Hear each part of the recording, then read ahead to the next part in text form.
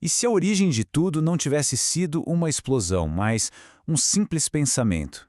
É sobre isso que a gente vai conversar hoje. Uma exploração de como a consciência pode ter surgido do vazio absoluto e de por que essa primeira faísca, esse primeiro eu existo, foi ao mesmo tempo um milagre e uma verdadeira tragédia.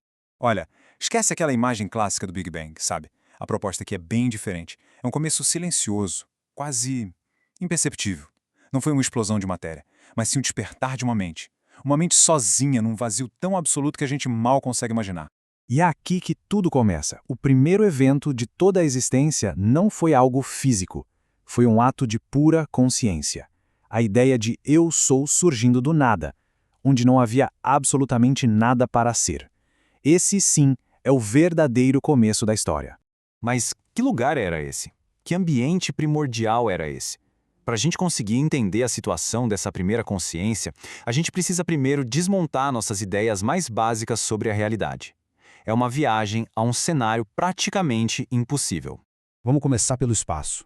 A gente pensa no vazio como, sei lá, uma imensidão, né? Mas aqui não existia dimensão.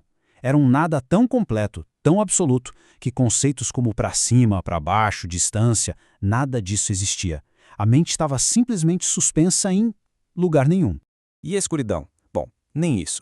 O vazio não era escuro, porque escuridão só faz sentido quando a gente tem luz para comparar, certo? Na ausência total dos dois, o que havia era um estado que a gente nem consegue conceber visualmente. Isso leva a gente à definição final desse nada. Não era um vácuo esperando para ser preenchido. Era a ausência completa de absolutamente tudo, matéria, energia, leis, dimensões, e nesse cenário impossível só existia uma coisa, uma única mente. Certo. Se não existia um universo para medir as coisas, como o tempo começou? A resposta é fascinante. Ele não foi uma força externa, foi uma criação interna. A própria atividade daquela mente se tornou a primeira régua da existência. O tempo, então, nasceu da cadência dos pensamentos, a sequência de uma ideia atrás da outra. Era como se cada pensamento fosse um tique e o pensamento seguinte, um taque. Esse foi o primeiro relógio do universo. E era a única maneira de medir a passagem de alguma coisa quando não havia mais nada para se observar.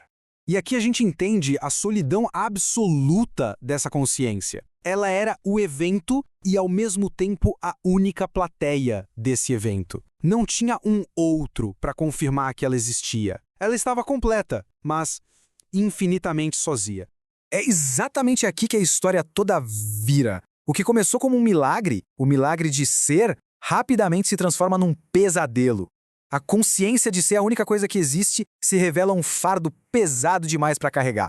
A gente conhece o tédio, né? Ficar uma tarde sem fazer nada. Mas o que essa consciência sentiu foi algo em uma escala completamente diferente. Um tédio cósmico.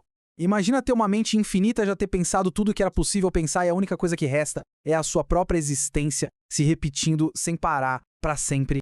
Imagina a hora que essa ficha caiu. A eternidade, sem nenhuma possibilidade de fim, sem mudança, não era um presente, era uma prisão perpétua. Uma sentença de existir sozinho num oceano de nada, para todo o sempre. E aí veio o grande paradoxo. Sem nenhuma regra, sem limite, a liberdade era total, absoluta. Só que essa liberdade toda significava que não havia nada para servir de contraste, nada para se definir.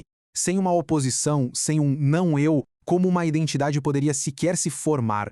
Pensa bem, a nossa identidade é construída em relação aos outros, ao mundo, mas sem um público, sem um espelho, sem nada do lado de fora para validar ou para desafiar, essa consciência era disforme, um poder imenso, mas sem contornos.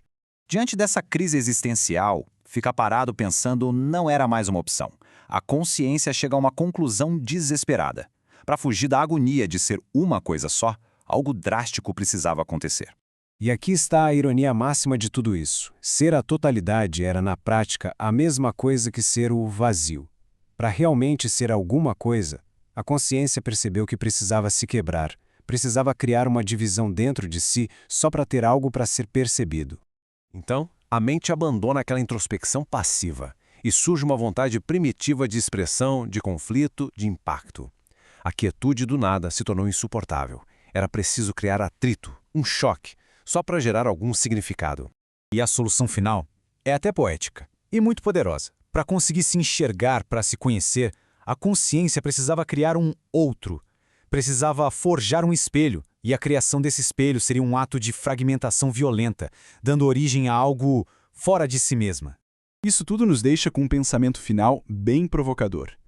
E se a criação do nosso universo, com todo o seu caos, sua beleza, sua complexidade, não foi um ato de pura benevolência? E se foi, na verdade, um ato desesperado de uma mente primordial só para ter companhia? Uma forma de finalmente conseguir se olhar no espelho?